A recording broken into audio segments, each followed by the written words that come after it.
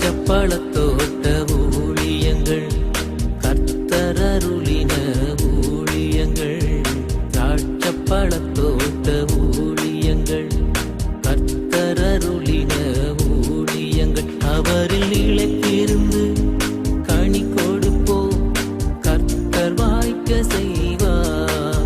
அவரில் நிலைத்திருந்து கனி கொடுப்போம், கர்த்தர் வாய்க்க செய்வார்.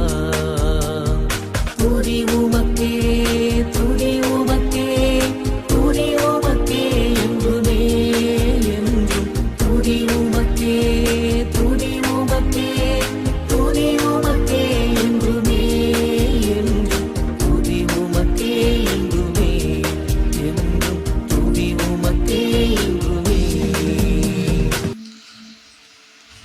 சிறியவனை பொழுதிலிருந்தும் எளியவனை குப்பையிலிருந்தும் எடுத்து உயர்த்தி ராஜாக்களோடும் பிரபுக்களோடும் வந்திருக்க செய்கிற அருமை ஆண்டவர் இயேசு கிறிஸ்துவின் இனிதான நாமத்தினாலே வாழ்த்துகின்றேன். இப்பொழுதும் கூட மத்தேயு 16வது அதிகாரத்துக்கு நேராக நீங்கள் உங்களுடைய பைபிளை திருப்பிக் கொள்ளுங்கள். Let us turn our Bible to the book of Matthew and chapter number 16 and verse number 1. பரிசேயரும் சதுசேயரும் அவரை சோதிக்கும்படி அவரிடத்தில் வந்து வானத்திலிருந்து ஒரு அடையாளத்தை தங்களுக்கு காண்பிக்க வேண்டும் என்று கேட்டார்கள். பார்த்தீங்களா, இயேசு கிறிஸ்துடைய ஊழியத்தின் பாதையிலே எப்பொழுதும் ஒரு பெரிய கூட்டம் அவர் சென்ற இடமெல்லாம் வந்து கொண்டிருந்தது என்று நாம் இந்த பைபிளில் வாசிக்கிறோம். Wherever Jesus went, a great crowd followed him. எங்க போனாலும் சரி, சின்ன வீட்டுக்குள்ள அவர் இருந்தாலும் சரி பெரிய பயங்கரமான கூட்டம், காட்டுக்குள்ள போனாலும் சரி பெரிய கூட்டம், கடற்கரையிலே நின்று அவர் பிரசங்கித்தாலும் ஒரு பெரிய கூட்டம், மலையிலே நின்று அவர் பிரசங்கம் செய்தாலும் ஒரு பெரிய கூட்டம் என்று ஆண்டவர் எங்கு போனாலும் ஒரு பெரிய கூட்டம் அவரை பின் சென்றது. பெரிய கூட்டம் என்று சொல்லி நாம் பார்க்கும் பொழுது அந்த கூட்டத்தில் பரிசேயர்களும் சதுசேயர்களும் எப்பொழுதும் தவறாதபடிக்கு அவர்களும் அங்கே வந்திருந்தார்கள், இயேசுவை பார்த்து கொண்டே இருந்தார்கள் என்று நாம் வாசிக்கிறோம். இன்னொரு பக்கம் நாம் பார்க்கின்ற பொழுது ஞானிகளும் வேதபாரகர்களும் இன்னும் நல்ல படித்தவர்களும் மெத்த படித்தவர்களும் கூட அவருக்கு பின்பாக சென்றார்கள் என்றும் நாம் வாசிக்கிறோம். பிரியத்துக்குரியவர்களே, எதற்காக இந்த பரிசேயர்கள் சதுசேயர்கள் எல்லாம் தவறாதபடிக்கு ஆண்டவரின் பின்னே சென்றார்கள்? அப்படி நோக்கம் என்ன என்பதை இந்த இடத்துல நாம் கவனிக்கும்படியாக அழைக்கப்படுகிறோம். அது தவறாதபடிக்கு அவர்கள் பின் சென்றார்கள். எங்கே இயேசு இருந்தாலும் நாங்களும் வருகிறோம் என்று உட்கார்ந்திருந்தார்கள். மணிக்கணக்காக இயேசு போதனை செய்த பொழுது அவர்களும் பொறுமையாக கேட்டார்கள். இயேசு அற்புதங்களை செய்கிற பொழுதெல்லாம் அவர்களும் அதை உற்று நோக்கி பார்த்து கொண்டே இருந்தார்கள்.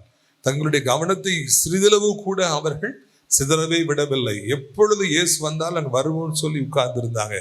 ஆனால் அதில் கவனிக்க வேண்டிய விஷயம் என்னவென்றால், அவர்கள் ஏன் அங்கு வந்தார்கள் என்றால், ஆண்டவரை புகழ்வதற்காக அல்ல, ஆண்டவர் இவ்வளவு பெரிய அற்புதங்களை செய்கிறாரா என்று சொல்லி மகிழ்வதற்காக அல்ல, இல்லாவிட்டால் எங்களுக்கும் ஏதாவது சுகம் கிடைக்குமா, நன்மை கிடைக்குமா என்கிற ஒரு நோக்கத்தோடு அல்ல. எங்கே இயேசு என்ன தவறு செய்கிறார், அவரை எப்படி குற்றம் கண்டுபிடிக்கலாம் என்கிற நோக்கத்தோடு கூடவே இந்த 3.5 வருடமும் இவர்களும் இயேசுவோடு கூட பிரயாணித்தார்கள் என்று காண்கின்றோம். சின்ன சின்ன தவறுகளை கூட எப்படியாவது பெரிதாக ஊதி பெரிதாக்கி விட வேண்டும் என்று சொல்லி அவர்கள் ஆசைப்பட்டார். கை கழுவாமல் அவருடைய சீடர்கள் சாப்பிடுறாங்க அப்படின்னு சொல்லிட்டு அதை ஒரு பெரிய விஷயமாக அவர்கள் மாற்றினார்கள். ஓய்வு நாளிலே சுகமாக்குகிறார் என்று சொல்லி குற்றம் சொன்னார்கள். இப்படியாக 3.5 வருடங்களும் இவர்கள் ஆண்டவருக்கு பின் சென்று எப்படியாவது அவரை மட்டம் தட்டி விட வேண்டும், எப்படியாவது அவரை குறை சொல்லிவிட வேண்டும் என்கிற நோக்கத்தோடு கூடவே அவர்கள் பிரயாணம் செய்தார்கள். ஒரு பக்கம் அவர்களை அவர்களுடைய பரிசெய சதுசெய அந்த சீட்டில் உட்கார்ந்து பார்க்கும் பொழுது அவர்கள் செய்தது நியாயமாக இருக்கலாம். ஏனென்றால் எங்களை விட இவர் பிரபலமாகி விடுவாரோ, எங்களை விட இவர் அதிக அதிசயங்களை செய்கிறார், மக்கள் அவருக்கு பின்பாக போய்விடுவார்களோ என்கிற பயத்தினாலே அவர்கள் அப்படி செய்தார்கள். இயேசு தன்னை தேவனுடைய குமாரன் என்று சொன்ன பொழுதெல்லாம் அங்கே பரிசேயர்கள் பற்களை கடித்தார்கள். இவன் எப்படி ஆண்டவருக்கு சமானமாக முடியும், இவன் தச்சனுடைய பிள்ளை அல்லவா, இவனுடைய சகோதர சகோதரிகள் நாசிரியத்துல நமக்கு தெரியுமே, எப்படி இவன் தன்னை ஆண்டவருக்கு சமமாக சொல்கிறான் என்றும் அவர்களுக்கு கடும் கோபமாக இருந்தது என்று காண்கிறோம். 3 வருடங்களாக அவர்கள் அப்படித்தான் இருந்தார்கள். ஆனால் நாம் இன்னொரு பக்கத்தில் நின்று இந்த கூட்டத்தை நாம் பார்க்க வேண்டும். ஒரு பில்டிங் இருக்கிறது, இங்கு சர்ச் இருக்கிறது. நாம் இங்கே இருந்து பார்க்கின்ற பொழுது அது வித்தியாசமாக தோன்றும். அங்கே இருந்து பார்க்கின்ற பொழுது, பின்பாக இருந்து பார்க்கின்ற பொழுது, வேறு பக்கமாக north and south, east and வெஸ்ட்ல பார்க்கும் பொழுது அது வித்தியாசமாக இருக்கும். இன்னொரு பக்கத்தில் நின்று நான் அவர்களை பார்த்த பொழுது, தேவாதி தேவன் ராஜாதி ராஜன் 3 வருடங்கள் இந்த பூமிக்கு மனுவாக உருவெடுத்து வந்து 2 கால்களை ஊன்றி அவர் எவ்வளவோ நல்ல போதனைகளை செய்து, எத்தனையோ அதிசயங்களை செய்து, அற்புதங்களை செய்து, எத்தனையோ பேரை மகிழ பண்ணிய பொழுது அது எவ்வளவு மகிழ்ச்சியான ஒரு காரியம். அத்தனை அதிசயங்களை பார்த்த பொழுதும் கூட, அவர் செய்த அத்தனை போதனைகளையும் காதுகளினாலே கேட்ட பிறகும் கூட அவர்கள் உணர்வடையாத இருதயத்தோடு கூட இருந்ததும், தங்கள் உள்ளத்தை கடினப்படுத்தியதும், அவரிடத்துல குற்றம் கண்டுபிடிக்க நினைத்ததும் எவ்வளவு வேதனையான ஒரு காரியம் என்பதை உணர வேண்டும். அவர்கள் வெள்ளையடிக்கப்பட்ட கல்லறைகளாக ஒருவேளை ஆண்டவரை பார்க்கின்ற பாக்கியம் அவர்களுக்கு கிடைத்தாலும் கூட, அவர்களுக்கு கூடவே இருக்கக்கூடிய பாக்கியம் கிடைத்தாலும் கூட அது அவர்களை காப்பாற்றவில்லை. அவர்களுடைய வாழ்க்கையில மாற்றம் உண்டாகவில்லை. அவர்கள் மனம் திரும்பவில்லை. எல்லாவற்றுக்கும் மேலாக இறுதியிலே ஆண்டவர் சிலுவையில தொங்கிய பொழுது அவரை சிலுவையில அடிக்க வேண்டும் என்று முதலாவது சத்தம் போட்டாங்க. அதுக்கு பிறகு அவரை பரியாசம் செய்தாங்க. கடைசி வரைக்கும் அவர்கள் ஆண்டவருடைய அன்பினாலே தொடப்படவில்லை. கடைசி வரைக்கும் அவருடைய உள்ள கடினங்கள் மாறவில்லை. கடைசி வரைக்கும் இயேசுவை எதிரியாகவே பார்த்தார்கள். தெய்வத்தை எதிரிகளாகவே பார்த்தார்கள். அவருக்கு விரோதமாகவே நின்றார்கள். அப்படிப்பட்டவருடைய முடிவு எப்படி இருந்திருக்கும்? அவருடைய ஆத்துமா எங்கே போயிருந்திருக்கும் என்று சொல்லி சிந்தித்து பார்க்கின்ற பொழுது அந்தோ பரிதாபம். அவர்கள் மரணத்தை சந்தித்த பொழுதுதான் தாங்கள் எவ்வளவு பெரிய தவறை செய்துவிட்டோம், உன்னதமான தேவனுக்கு விரோதமாய் நின்று விட்டோம் என்று சொல்லி உணர்ந்திருப்பார்கள் அல்லவா? பித்துக்குரியவர்களே, இந்த பரிசேயர்கள், சதுசேயர்கள், இந்த நியாய சாஸ்திரிகள், இந்த வேத பாடகர்கள் மூலமாக நாம் என்ன பாடத்தை இந்த லெந்து நாட்களிலே நாம் கற்றுக்கொள்ளுகிறோம் என்பதுதான் மிக முக்கியமான ஒரு காரியம். பெரிய கூட்டமாக இன்றைக்கு அநேக இடங்களிலே நிற்பதை காண்கிறோம். ஆலயங்கள் நிரம்பி வழிகிறது. சென்னையில எல்லாம் போவீங்கன்னா 5 சர்வீஸ் நடத்துறாங்க. எல்லா சர்வீஸ்லயும் ஜனங்கள் வெளியே நிற்கிறாங்க, டிவி வச்சிருக்கிறாங்க. பெரிய கூட்டம் எல்லா இடங்களிலும் வருகிறது. ரொம்ப சந்தோஷம். பிரியத்துக்குரியவர்கள், இயேசுவை எனக்கு தெரியும் என்று சொல்லி எத்தனையோ பேர் சொல்றாங்க. ரொம்ப சந்தோஷம். எத்தனையோ பேர் எத்தனையோ செய்திகளை கேட்கிறாங்க. இது போல கூட்டங்களிலே பங்கேற்கின்றார்கள். ஆனாலும் கூட அங்கே அப்படி உள்ளத்திலே மாற்றங்கள் வராத பொழுது, அங்கே அவர்கள் மனம் திரும்பாத பொழுது, இயேசுவின் அன்பினாலே தொடப்படாமல் போகின்ற பொழுது, கல்வாரி சிநேகத்தை அவர்கள் தங்கள் வாழ்க்கையில சொந்தமாக்கி கொள்ளாமல் போகின்ற பொழுது, அவருடைய உணர்வுகள், அவருடைய முயற்சிகள், அவர்கள் கிறிஸ்துவோடு கூட நின்றது, ஆலயத்திற்கு வந்தது எல்லாம் அது வீணாக போய்விடும். ஒரு நாளிலே தங்கள் ஓட்டத்தை முடிக்கின்ற பொழுது அவருடைய ஆத்மா எல்லாம் வீணாகி போய்விடும், நஷ்டமாகி போய்விடும் என்பதை இந்த லெந்து நாளில், முதல் நாளில் கன்வென்ஷன்ல உங்களுக்கு நான் அறிவிக்கும்படியாக நான் விரும்புகிறேன். இந்த திருச்சபையிலே நாம் மெம்பராக இருக்கிறபடியினாலே, இந்த சர்ச்சிலே நம்ம வாரந்தோறும் வருகின்றபடியினாலே, இல்லாவிட்டால் நான் ஒரு கிறிஸ்தவன் என்று சொல்லி சொல்லுகிறபடியினாலே, பல இடங்களுக்கு சென்று நான் ஊழியம் செய்கிறபடியினாலே, இயேசு நல்லவர் நல்லவர் என்று நான் கூவி சொல்லுகிறபடியினாலே பரலோகத்திற்கு செல்ல முடியாது. அது உள்ளத்தின் ஆழத்திற்குள்ளாக ஏற்படுகின்ற ஒரு அனுபவம், இயேசுவின் அன்பினாலே தொடப்படுகிற அனுபவம், மனம் மாறுகின்ற, மனம் திரும்புகின்ற அந்த அனுபவம், அது இல்லாதபடி எத்தனை காலங்கள் நான் கிறிஸ்துவோடு கூட இருக்கிறோம் என்று நினைத்து கொண்டிருந்தாலும் அது நமக்கு பிரயோஜனத்தை தராது என்று சொல்லி நான் முதலாவது இந்த செய்தியை ஆரம்பிக்கும்படியாக விரும்புகின்றேன். இதற்கு ஜோடாக நான் இன்னொரு கூட்டத்தை உங்களுக்கு காண்பிக்க விரும்புகின்றேன். இந்த பரிசேயர்கள், சதுசேயர்கள் இவெல்லாம் ஒரு பெரிய கூட்டமாக ஆயிரக்கணக்கில் இயேசுவின் பின்னாலே வந்தது மாதிரி இன்னொரு பெரிய கூட்டம் இந்த பைபிளில் அழகாக போடப்பட்டிருக்கிறது. அவர்களுக்கும் இவர்களுக்கும் நிறைய ஒற்றுமைகள் இருப்பதையும் அதை பார்த்து நான் என் ஆவியிலே பரவசப்பட்டு இந்த செய்தியை உங்களுக்கு கொடுக்க வேண்டும் என்று சொல்லி தூண்டப்பட்டேன். நீங்க சொல்ல முடியுமா எந்த கூட்டத்தை நான் குறித்து நான் பேச போகிறேன் என்று சொல்லி யாராவது சொல்ல முடியுமா? 430 வருடங்களாக அடிமைகளாக இருந்த பிறகு அவர்கள், இஸ்ரவேல் ஜனங்கள், மோசே எனப்பட்ட மகத்துவமான ஒரு தாசனாலே அவர்கள் விடுவிக்கப்பட்டு, ஆண்டவர் ஓங்கிய புயத்தினாலே, பலத்த செய்கைகளினாலே தான் பெரிய தெய்வம் என்பதை 10 வாதைகளினாலே நிரூபித்து ஒரு வல்லமையான ஒரு நாட்டையும் இராணுவத்தையும் அலற விட்டு, ஆண்டவர் என் பிள்ளைகள் என்று சொல்லி ஆசையோடு அவர்களை விடுவித்து கொண்டு வந்தார். பாருங்கள், 430 வருடமாக இவர்கள் அடிமைகளாக இருந்தார்கள். அவர்களுக்கு இரக்கமே காண்பிக்கப்படவில்லை. செங்கல் சுடுகின்ற அடிமைகளாக ஏவல் வேலைகளை செய்கின்றவர்களாக இருந்தார்கள் ஆபிரகாமுடைய சந்ததியார்கள். அவருடைய வாழ்க்கை முழுவதும் கசப்பாக இருந்தது. வாரினாலே அடித்து ஆணென்றும் பாராமல் பெண்ணென்றும் பாராமல், முதியவர்கள் என்று பாராமல், சின்ன பிள்ளைகள் என்று பாராமல் எவ்வளவோ துன்பங்களை சந்தித்த பிறகு ஆண்டவர் கிருபையாக இறங்கி அவர்களை விடுவித்து கொண்டு வந்தார் என்று சொல்லி காண்கின்றோம். அப்பொழுது எத்தனையோ லட்சம் புருஷர்கள், ஏறக்குறைய 50 லட்சம் பேர் இருந்திருப்பாங்க என்று சொல்லி நான் கணக்கிட்டேன். ஏனென்றால் எத்தனை பேருக்கு மன்னா கொடுக்க வேண்டும் என்று சொல்லி, இறைச்சி வேண்டும் என்று சொல்லும் பொழுது 6 லட்சம் புருஷர்கள் என்று சொல்லி அங்கே அவர் சொல்லுகிறார். அப்போ ஒருத்தருக்கு மனைவி பிள்ளைகள்லாம் பார்த்தோன்னா குறைஞ்சபட்சம் 50 லட்சம் பேர் இருந்திருப்பாங்க. இஸ்ரவேல் ஜனங்கள் ஏறக்குறைய 50 லட்சம் பேர் அவர்கள் எகிப்தை விட்டு வெளியேறி அவர்கள் இன்ப கானானை நோக்கி, ஆண்டவர் வாக்கு பண்ணின அந்த நாட்டை நோக்கி அவர்கள் பிரயாணம் பண்ண ஆரம்பித்தார்கள். All started their journey, all started their exodus, towards land of Canaan, flowing with milk and honey. பாலும் தேனும் ஓடுகிற அந்த கானான் தேசத்தை நோக்கி அத்தனை லட்சம் ஜனங்களும் பிரயாணம் செய்ய ஆரம்பித்தார்கள். பிரியத்துக்குரியவர்களே, எவ்வளவு ஒரு பயங்கரமான காட்சி! மெரிய நடனம் ஆடுகின்றார்கள், ஜனங்கள் ஆர்ப்பரிக்கிறார்கள். ஆண்டவர் செங்கடலிலே அந்த சேனைகளை, பார்வோனின் சேனைகளை அமிழ்த்துகின்ற அப்பொழுதெல்லாம் அவ்வளவு சந்தோஷப்பட்டிருப்பாங்க, ஆடி பாடி ஆண்டவர் துதிச்சிருப்பாங்க. 40 வருடம் அவர்கள் பிரயாணம் பட்டார்கள். ஆனாலும் கூட போகின்ற பாதையிலே ஏனோ பல காரணங்களினாலே அவர்களுக்கு ஆண்டவர் மீது ஒரு சலிப்பு ஏற்பட்டது, ஆண்டவர் மீது மனஸ்தாபம் ஏற்பட்டது.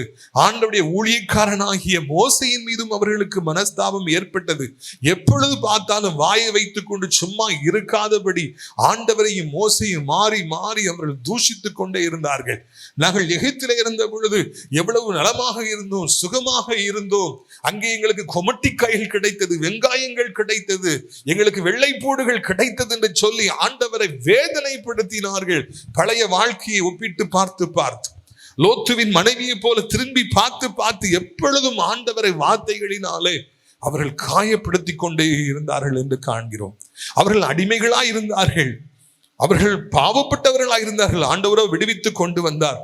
கொஞ்சம் கூட நன்றி உணர்ச்சி இல்லாதபடி, கொஞ்சம் கூட தெய்வ பயம் இல்லாதபடிக்கு வணங்காய் கழுத்துள்ளாதவர்களாக அவர்கள் இருந்து ஆண்டவரை வேதனைப்படுத்தினார்கள் என்று காண்கிறோம். இது 40 வருட வனாந்திர பாதையிலே அவர்கள் ஆண்டவரை இடைவிடாது தூஷித்துக் கொண்டே இருந்தபடியினாலே, இடைவிடாது முறுமுறுத்து கொண்டே இருந்தபடியினாலே, தங்கள் வாயை அடக்குவது எப்படி என்று அவர்களுக்கு தெரியாதபடியினாலே ஆண்டவருடைய கோபம் காலகாலமாக அங்காங்கு ஏற்பட்டு கொண்டே இருந்தது. எகிப்தியர் மீது வரவழைத்த வாதையை இப்பொழுது ஆண்டவர் தன் சொந்த ஜனமாகிய இஸ்ரவேலின் மீது அடிக்கடி வரவழைத்தார். என்னவாயிற்று தெரியுமா? கூட்டம் கூட்டமாக அவர்கள் செத்து விழுந்தார்கள். பாருங்கள், ஒரே நாள் வாதையில எத்தனையோ ஆயிரக்கணக்கான ஜனங்கள் செத்து போனார்கள். செத்து விழுந்து அடக்கம் பண்ணப்பட்டு ஒரு நாளிலே அவர்கள் இன்ப கானானுக்குள்ளே பிரவேசிக்க வேண்டிய வேலை வந்த பொழுது, ஆண்டவர் வாக்கு பண்ணி அந்த மாபெரும் தேசமாகி இன்ப கானானுக்குள்ளே காலடி எடுத்து வைக்க வேண்டிய வேலை வந்த பொழுது அதில் 99% ஜனங்கள் பரிதாபமாக மாண்டு போனார்கள். அவர்கள் காணப்படவில்லை என்று சொல்லி காண்கின்றோம். எப்படி பரிசேயர்களும் சதுசேயர்களும் 3 வருஷம் ஆண்டவரோடு கூடவே பிரயாணம் செய்தாலும் அவர்களுடைய உள்ளம் கடினப்பட்டிருந்தபடியினாலே இறுதியிலே அவர்கள் பரலோக ராஜ்யத்துக்குள்ளே பிரவேசிக்க முடியாமல் போனார்களோ, அதே போலவே இந்த ஜனங்களும் கூட லட்சம் இஸ்ரவேல் ஜனங்களும் கூட ஆண்டவராலே நேசிக்கப்பட்டாலும், அழைக்கப்பட்டிருந்தாலும், யாருக்கும் இல்லாத பாக்கியம் அவர்களுக்கு கொடுக்கப்பட்டிருந்தாலும் மிக பரிதாபமாக போகின்ற வழியிலே மாண்டு போனார்கள். இன்ப கானானுக்குள்ளே அவர்களாலே பிரவேசிக்க முடியாமல் போனது என்று காண்கிறோம். அந்த பரிதாபம் எவ்வளவு பெரிதான சிலாக்கியத்தை அவர்கள் இழந்து போனார்கள். பிரியத்துக்குரியவர்களே, நாம் ஆண்டவராலே நடத்தப்பட்டிருந்தாலும், ஆண்டவர் நம்மை அழைத்திருந்தாலும், நாம் நாவை அடக்காதபடிக்கு நாம் இருப்போம் என்றால், அநேக நேரங்களிலே ஆண்டவரை நாம் தூஷிப்போம் என்றால், நான் அந்த காலத்துல அப்படி இருந்தேன் இப்படி இருந்தேன்னு சொல்லுவோம்னா, எப்படி இந்த இஸ்ரவேல் ஜனங்களுக்கு அழிவு வந்ததோ அதை போலவே நமக்கும் அழிவு வந்துவிடும் என்பதை மறந்து போகவே கூடாது. நன்றி உணர்ச்சியை ஆண்டவர் நம்மிடத்துல எதிர்பார்க்கிறார். நீங்கள் உண்மையிலேயே கிறிஸ்து உடையவர்களாக இருப்பீர்கள் என்றால், if you are really a Christian, definitely that attitude and that quality called gratitude will be inside of you. உங்களுக்குள்ளே நன்றி உணர்ச்சி என்பது கண்டிப்பாக இருக்கும் என்பதை எனக்கு எந்த சந்தேகமும் இல்லவே இல்லை. எப்படியோ நாம் ஆண்டவரிடமிருந்து ஏதோ நன்மைகளை பெற்றுக்கொள்கிறோம். ஆனாலும் கூட நன்றி உணர்ச்சி நமக்கு இல்லாமல் போய்விடும் என்றால் ஆண்டவர் நம்மில் பிரியப்படவே முடியாது. அப்படித்தானே? எனவே நாம் ஒன்று நன்றியோடு காணப்பட வேண்டும், இன்னொன்று வாயை நாம் அடக்க வேண்டும். இஷ்டத்துக்கு பேச முடியாது. அப்படி பேசினால் ஆண்டவர் நம் மீது கோபம் கொள்ளுகிறார் என்று சொல்லி இந்த இடத்துல நாம் பார்க்கிறோம். பிரியத்துக்குரியவர்களே, எத்தனை பேர்கள், எத்தனை லட்சம் பேர்கள் அந்த எகிப்திலிருந்து புறப்பட்டார்கள் என்பது பெரிய காரியம் அல்ல. எத்தனை பேர் அந்த இன்ப கானானுக்குள்ளே பிரவேசித்தார்கள் என்பதுதான் மிக முக்கியமான காரியம் என்பதை நான் நினைவூட்டும்படியாக விரும்புகின்றேன். பிரியத்துக்குரியவர்களே, பாருங்கள், லூக்கா 4வது அதிகாரம் 40-41 வசனங்கள். 84வது பக்கம், லூக்கா 4வது அதிகாரம் 40-41 வசனம். சூரியன் அஸ்தமித்த பொழுதே ஜனங்கள் எல்லாரும் தங்களுக்குள்ளே பல வியாதிகளினாலே வருத்தப்பட்டவர்களை அவரிடத்துல கொண்டு வந்தார்கள். அவர்கள் ஒவ்வொரு மீதும் அவர் தம்முடைய கைகளை வைத்து அவர்களை சொஸ்தமாக்கினார். சாசுகளு நீர் தேவனுடைய குமாரனாய் கிறிஸ்து என்று சத்தமிட்டு அநேகரை விட்டு புறப்பட்டது கிறிஸ்து என்று பிசாசுகள் அறிந்திருந்தபடியினால் அவர் அவைகளை பேச விட்டாமல் அதட்டினார். பார்த்தீங்களா? திரளான கூட்டம் இந்த 3 வருஷத்துல ஆண்டவரிடத்துல வந்து ஆண்டவரே எங்களுக்கு இறங்கும் என்று கேட்டது. ஆண்டவரும் அவர்களுக்கு அற்புதம் செய்தார் என்று சொல்லி நாம் காண்கின்றோம். அதிசயங்களை செய்தார் என்று காண்கிறோம். அநேக 1000 மக்களுக்கு, அந்த பிணியாளிகளாக இருந்த மக்களுக்கு அந்த சுகத்தை கொடுத்து இலவசமாக கொடுத்தார். தேடி சென்று கேட்டார். யாரெல்லாம் தன்னிடத்தில் வந்து அழுதார்களோ அவர் எல்லோருக்கும் ஆண்டவர் மனம் இறங்கினார். எல்லோருக்கும் புது வாழ்வு கொடுத்தார் என்று சொல்லி இந்த இடத்துல நாம் வாசிக்கிறோம். பிரியத்துக்குரியவர்களே, இவர்கள் எல்லாரும் பாக்கியவான்களாக இருந்தார்கள். இவர்கள் பரிசேயர்கள் போன்றவர்கள் அல்ல, சதுசேயர்கள் போன்றவர்கள் அல்ல, குற்றம் பிடிக்க வந்தவர்கள் அல்ல, ஆண்டவருக்கு விரோதமாய் முறுமுறுத்தவர்கள் அல்ல, ஆண்டவரை குறித்து கேவலமாய் பேசியவர்கள் அல்ல. அவருடைய ஒரே ஒரு நோக்கம், எப்படியாவது எனக்கு நன்மை கிடைத்து விட வேண்டும், எப்படியாவது சுகம் கிடைத்து விட வேண்டும், எப்படியாவது என் பிள்ளையுடைய வாழ்க்கை மாறிவிட வேண்டும், என் வியாதி மாறிவிட வேண்டும் என்று அநேக 1000 ஜனங்கள் காலகாலமாக ஆண்டவருக்கு பின்பாய் வந்தார்கள். இயேசுவும் அவர்கள் மீது மனதுருகி அவர்களை சுகப்படுத்தி கொண்டே வந்தார், அதிசயங்களை செய்து கொண்டு வந்தார் என்று நாம் காண்கிறோம். Jesus got one incredible quality that is called compassion. அவருக்கு மனதுருக்கம் இருந்தபடியினாலே தன்னை தேடி வந்தவர்களுக்கெல்லாம் மனம் இறங்கினார். குஷ்டரோகிகளை தொட்டு மனம் இறங்கி சுகப்படுத்தினார். அந்த காலத்துல கேன்சர் இப்போ இருக்கிற மாதிரி குஷ்டரோகம் இருந்த சுகமே கிடையாது. ஒரு சனப்பொழுதிலே சுகமாக்கினார். பிரியத்துக்குரியவர்களே, மரித்தவர்களை ஆண்டவர் உயிரோடு கூட எழுப்பினார். ஒரு விதவை அழுத பொழுது உடனே அவரை தூக்கி எடுத்தார், அந்த மகனுக்கு உயிர் கொடுத்தார் என்று நாம் காண்கிறோம். எத்தனையோ பேர்களுக்கு இயேசு அந்த ஊழியத்தின் பாதையிலே 3 வருஷத்துல இடைவிடாது சுகத்தை கொடுத்து கொண்டே இருந்தார். பிசாசுகளை துரத்தி வியாதிகளை நீக்கி அவர்களுக்கு புது வாழ்வு கொடுத்து கொண்டே இருந்தார். எத்தனையோ பேருக்கு ஆண்டவர் ஆகாரத்தை தந்தார்.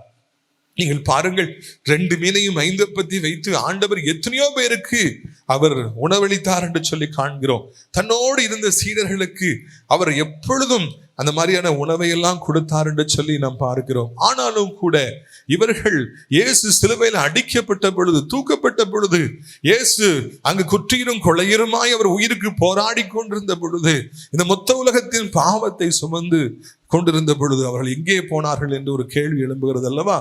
அவர்கள் யாரையும் காணவே இல்லை. இயேசு சுகமளிக்கிறார், இயேசு ஊழியம் செய்கிறார், இயேசு விடுதலை கொடுக்கிறார், இயேசு அற்புதம் செய்கிறார் என்று சொல்லப்பட்ட பொழுது அந்த நெருப்பிலே குளிர் காய்ந்து அங்கு நன்மைகளை பெற்றுக்கொண்ட ஜனங்கள் எல்லாம் இயேசு சிலுவையில தூக்கப்பட்ட பொழுது, அடிக்கப்பட்ட பொழுது ஓடி போனார்கள், ஒளிந்து கொண்டார்கள். சீடர்கள் கூட நான் இயேசுவோடு கூட இருப்பேன் என்று சொன்னால் நம்மை பிடித்து விடுவார்கள் பயத்திலே அடையாளத்தை மறைத்து கொண்டு எல்லாரும் ஓடி ஒளிந்தார்கள். அந்த அளவிற்கு இயேசு தனிமையிலே சிலுவையிலே விடப்பட்டார். இந்த கூட்டம் எங்கே போனது என்று சொல்லி நான் கேட்கும்படியாக விரும்புகின்றேன். பிரியத்துக்குரிய, கண்ணாலே பார்த்தார்கள், நன்மைகளை பெற்றார்கள். ஆனாலும் கூட ஏசப்பாவுடைய அந்த சிலுவை நேரத்தில் அவர்களால் ஒன்றும் செய்ய முடியவில்லை. நான் ஏசப்பாட்ட சுகம் பெற்றவன் என்று சொல்லி தைரியமாக சாட்சி பகர முடியவில்லை. ஏன் அவரை சிலுவையில் அடிக்கிறீர்கள் என்று கேள்வி கேட்க முடியவில்லை. வேண்டுமென்றால் என்னை சிலுவையில் அடியுங்கள், அவரை விட்டுவிடுங்கள் என்று சொல்வதற்கு நாதி இல்லை. அவர் தனிமையிலேயே பாடுகளை அவர் சந்தித்து பரிதாபமாக தொங்கி மரித்து உயிர்த்தார். எத்தனை 1000 பேர் 3 வருஷத்துல சுகம் பெற்றார்கள். அவர்கள் எல்லாம் எங்கே என்று யோசித்தால் ஒருவரும் வரவில்லை என்று சொல்லி நாம் காண்கின்றோம். இன்றைக்கும் கூட ஏசப்பாட்ட இருந்து நன்மைகளை வாங்கி வாங்கி வாங்கி அவர்கள் போனாலே விடுதலை என்பதை அறிந்து, அதிகாலமே எழும்பி தேடினால் விடுதலை என்பதை அறிந்து, இரவெல்லாம் கண் விழித்து ஜெபித்தால் ஆண்டவர் ஆசீர்வதிக்கிறார் என்பதை அறிந்து, உபவாசம் செய்து வருத்தி ஆண்டவரை தேடுகிற பொழுது அவர் தட்டுப்படுகிறார் என்பதை அறிந்து, இதுபோல கூட்டங்களிலே பங்கேற்று, இதுபோல ஃபாஸ்டிங் பிரேயர்ல பங்கேற்று, ஊழியக்காரர்களை தேடி சென்று ஜெபித்து குருவானவர்களால் நடத்தப்பட்டு ஆசீர்வதிக்கப்பட்டிருக்கிற ஒரு திரள் கூட்டம் இந்த பூமியிலே காணப்படுகிறது. ஆசீர்வாதம் பெறுகின்ற வரைக்கும், ஏசப்பாவிட்டிருந்து ஒரு நன்மை கிடைக்கின்ற வரைக்கும் அவரை சூழ்ந்திருந்தது, ஜனங்கள் சூழ்ந்திருந்தது போல இவர்களும் கூட்டம் கூட்டமாக ஆண்டவரை தேடி போறாங்க. ஆண்டவரே எனக்கு இறங்குன்னு சொல்றாங்க, ஆண்டவரே என்னை எப்படியாவது நினைத்துக் கொள்ளுன்னு சொல்றாங்க, எல்லா நன்மைகளையும் பெற்றுக்கொள்றாங்க. ஆனா ஆசீர்வாதம் கிடைத்த பிறகு அவருடைய வாழ்க்கை எப்படி இருக்கிறது என்பதுதான் ஒரு கேள்வி. இந்த உலகத்தின் வரலாறு 2 விதமாக பிரிக்கப்படுகிறது. எப்படி சொல்லுங்க பார்க்கலாம். This world's history is divided into 2 ages. ஒன்று கிறிஸ்துவுக்கு முன்பாக, இன்னொன்று கிறிஸ்துவுக்கு பின்பாக. அதுபோல இன்றைக்கு இருக்கிற மக்கள், என்னை போன்றவர்கள், உங்களை போன்ற எல்லாருடைய வாழ்க்கையும் 2ஆக பிரிக்கப்படுகிறது. எப்படி பிரிக்கப்படுகிறது சொல்லுங்க பார்க்கலாம். அம்மா எப்படின்னா எனக்கு தெரியாது, வாய் திறந்து சொன்னாதான் எனக்கு தெரியும். எப்படிமா? ரசிக்கப்படுறதுக்கு முன்னால, ரசிக்கப்படுறதுக்கு பின்னால. அப்கோர்ஸ் நான் அந்த பதிலை எதிர்பார்க்கல, இன்னொரு பதிலை எதிர்பார்க்கிறேன். அதுவும் சரிதான், நான் இல்லைன்னு சொல்ல வரல. எல்லாருடைய வாழ்க்கையும் 2ஆக பிரிக்கப்படுகிறது. கவர்மெண்ட் ஜாப் கிடைப்பதற்கு முன்பதாக, கிடைத்த பிற்பாடு, அதுக்கு பின்பு. அது வரைக்கும் பிரைஸ் லார்ட் பிரதர், பாஸ்டர் ஜெபம் பண்ணிடுங்க பாஸ்டர், கண்ணீர் வெடிச்சு அழுது காலெல்லாம் பிடிச்சு சர்ச்சிலேயே கிடப்பாங்க, தாடியே வளர்த்துருப்பாங்க, ஆண்டவரேன்னு கிடப்பாங்க. என்ன வேலை செய்ய சொன்னாலும் செஞ்சிருவாங்க. சர்ச்சை கழுவி விடுறதுல அவங்க தான் முன்னால நிற்பாங்க. என்ன வேலைனாலும் சொல்லுங்க பாஸ்டர், நான் செய்கிறேன். பிரித்துக்குரியவர்களை மணி அடிக்கணுமா, அடிக்கிறேன். எங்கே வரணும், டெத் ஹவுஸா, நான் வாரேன், கிராஸை தூக்கிட்டு வா, எல்லாம் அவங்க சொல்லிடுவாங்க. எப்படியாவது எனக்கு ஒரு வேலை கிடைக்கணும், அந்த எக்ஸாம் வருது பாஸ்டர், ஜோம் நிக்கிடுங்க. எல்லாம் பயங்கரமாக இருக்கும். கடைசியில் வேலை கிடைச்சிடும், சம்பளம் வர ஆரம்பிக்கும். சம்பளம் என்பது ஒரு போதை. 1 லட்ச ரூபா சம்பளம், 2 லட்ச ரூபா என்பது ஒரு போதை. அது அப்படி உடம்புல ஏறும், மனசுக்குள்ளே ஏறும். கொஞ்சம் அப்படி நெஞ்சு நிமிர ஆரம்பிக்கும், தலை அப்படி கொஞ்சம் மேலே போக ஆரம்பிக்கும். அதுக்கு பிறகு அவங்க பார்க்குற பார்வையே வித்தியாசமாக இருக்கும். நான் யார் தெரியுமா, என் சம்பளம் எவ்வளவு தெரியுமா, அந்த பணம், அந்த வேலை. நான் தயவுசெய்து யாரையும் குறிவைத்து பேசுகிறேன் என்று நினைக்காதீர்கள், அதுக்காக நான் வரலை. நானும் சம்பளத்தை வாங்கி கொண்டு தான் இருக்கிறேன். அந்த பணம் வந்த பிறகு, ஆண்டவராலே நன்மை பெற்ற பிறகு, வேலை பெற்ற பிறகு, வீடு கட்டிய பிறகு, கார் வாங்கிய பிறகு, திருமணமான பிறகு, ஆண்டவர் அருமை புத்திர பாக்கியங்களை கொடுத்த பிறகு, சமுதாயத்திலே உயர்ந்திருக்கிற பிறகு, மனிதர்கள் ஆண்டவரை மறந்து விடுகிறார்கள். தங்களை உயர்த்திவிட்ட ஏணியாகிய, கன்மலையாகிய கிறிஸ்துவை அவர்கள் மறந்து விடுகின்றார்கள். அவர்கள் பெருமை கொள்ளுகிறார்கள். நாங்கள் யார் தெரியுமா என்று கேட்கின்றார்கள். அந்தோ எங்கிருந்து வந்தோம் என்பதை அவர்கள் மறந்து போனார்கள் அல்லவா. ஒரு மனிதன் எப்பொழுது தன்னுடைய பழையவைகளை திரும்பி பார்க்க மறந்து விடுகின்றானோ, பழைய வாழ்க்கை, அந்த எளிமையான வாழ்க்கை குப்பையிலும் புழுதிலும் கிடந்தது அவனுக்கு மறந்து போகின்றதோ, அப்பொழுது பெருமை அவனை பிடிக்கின்றது. யார் நான் தெரியுமா என்று சொல்லி அவன் கேட்க ஆரம்பிக்கின்றான். எல்லா விஷயங்களிலும் தலையிட ஆரம்பிக்கின்றான். என்னைத்தான் கேட்க வேண்டும் என்று சொல்லி சொல்லுகிறான். நான் சொல்லுவதுதான் எல்லாரும் செய்யணும்னு சொல்லி சொல்றான். அப்பொழுதுதான் ஆண்டவர் வேதனைப்படுபவராக இருக்கிறார். அவர்கள் தான் இந்த கூட்டத்திலே வருகிறார்கள். மோசே 40 வருடமாக ஆண்டவரோடு கூடவே இருந்தார். மோசே போல ஒரு தீர்க்கதரிசி உண்டோ என்று நான் கேட்கலாம். ஆண்டவரே சொல்றாரு, எல்லாருக்கும் நான் சொப்பனத்திலையும் தரிசனத்திலையும் பேசுவேன். என் தாசனாகிய மோசையோடு நான் முகமுகமாய் பேசுவேன் என்று பெருமையாக பேசப்பட்டவர் தான் இந்த மோசே. என் வீடங்கு உண்மையுடையவராக இருந்தார். Lavish. Our Lord was lavishly praising Moses. மோசஸ்னா விட்டு கொடுக்காதபடிக்கு வைராக்கியமாக இருந்தார். ஒரு சமயம் ஆரோனும் மிரியமும் மோசைக்கு விரோதமாய் வந்த பொழுது, என் தாசனுக்கு விரோதமாக பேச என்ன தைரியம் என்று அவருடைய கோபம் பற்றி எரிந்தது. ஒரு சனப்பொழுதிலே மோசையோட சொந்த சகோதரியாக மிரியம் ஆடி பாடி ஆண்டவர் அந்த எகிப்திய சேனைகளை, பார்வோனை செங்கடலில் அழித்த பொழுது, ஆண்டவருடைய ஆராதனை நடத்திய அந்த மிரியம் பேசிய பொழுது, ஒரு சனப்பொழுதிலே உறைந்த மலையை போல குஷ்டரோகியாய் போனால் அவருடைய கோபம் பற்றி எறிந்தது.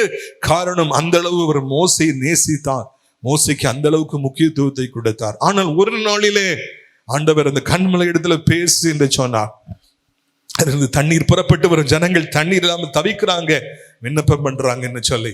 ஆனால் மோசே அந்த நாளிலே சற்று அவர் வியாகுலத்தோடு இருந்தபடியினாலே, அவர் மனஸ்தாபத்தோடு இருந்தபடியினாலே, எல்லாவற்றுக்கும் மேலாக மோசே ஒரு மனிதனாய் இருந்தபடியினாலே அவர் கோபப்பட்டு அந்த கண்மலையை அடித்தார். அது வரைக்கும் தவறாதபடிக்கு ஆண்டவர் சொற்கேட்டு அப்படியே செய்து வந்த மோசே முதலாக ஒரு தவறை செய்தார்.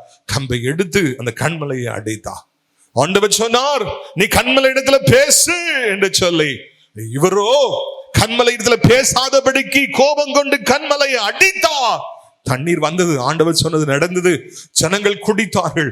ஆண்டவரோ வேதனைப்பட்டார். மோசே, நான் என்ன சொன்னேன், நீ என்ன செய்தாய்? ஒரு சிறிய தவறாக நம்முடைய கண்களுக்கு அது படலாம்.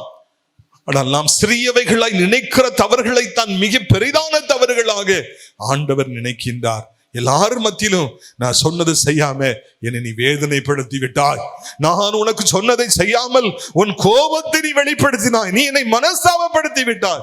எனவே நீ மலையின் மீது நின்று யாரையெல்லாம் நடத்தி கொண்டு வருகிறாய் என்ப கானானை நோக்கி நீ அழைத்து கொண்டு வா என்று சொன்னேனோ, அந்த ஜனங்களோடு கூட நீ நில், அந்த கானானை பார். இதுதான் கானா, இதுதான் இந்த இன்ப கானான்.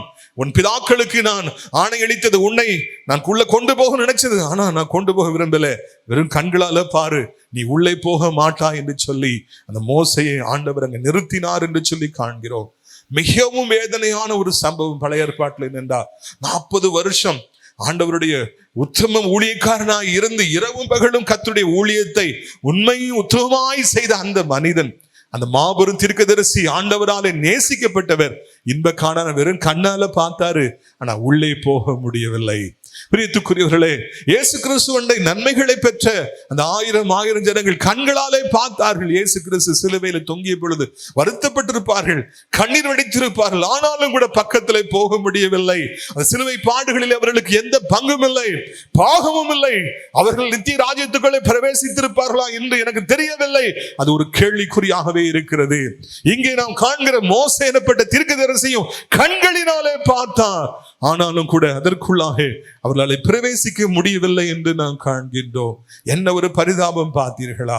இயேசு கிறிஸ்துவண்டை வந்து ஜெபித்து வேலையை பெற்றுக்கொண்ட பிறகு, திருமண வாழ்க்கையை பெற்றுக்கொண்ட பிறகு, குழந்தை செல்வத்தை பெற்றுக்கொண்ட பிறகு, வியாதியிலிருந்து விடுதலை கிடைத்த பிறகு நன்றி மறந்து போவோம் என்றால், இயேசு கொடுத்த உபகாரத்தை மறந்து போய் விடுவோம் என்றால், இந்த உலகமும் மேன்மையும் நமக்கு கிறுக்கு பிடிக்க வைக்கும் என்றால், மமதை கொள்ள வைக்கும் என்றால், ஒரு நாளிலே நம்முடைய ஆத்துமா வீணாக போகும் என்பதில் சந்தேகமில்லை. மோசையை போல பார்க்கலாம், பரலோக ராஜ்யத்தை பார்க்கலாம்.